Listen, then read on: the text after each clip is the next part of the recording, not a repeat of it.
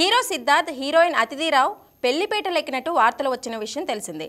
అయితే వీరి పెళ్లిలో బిగ్ ట్విస్ట్ జరిగినట్టు తెలుస్తోంది. తెలంగాణలోని వనపర్తి జిల్లాలో శ్రీరంగాపూర్ రంగనాథస్వామి ఆలయంలో బుధవారం వీరి పెళ్లి జరిగింది. ఇరు కుటుంబాల పెద్దలు, అతి తక్కువ మంది బంధువులు ఈ వేడుకల్లో పాల్గొన్నారు. అయితే ఆలయంలోని పూజారులకు ముందుగా సినిమా షూటింగ్ అని చెప్పారట.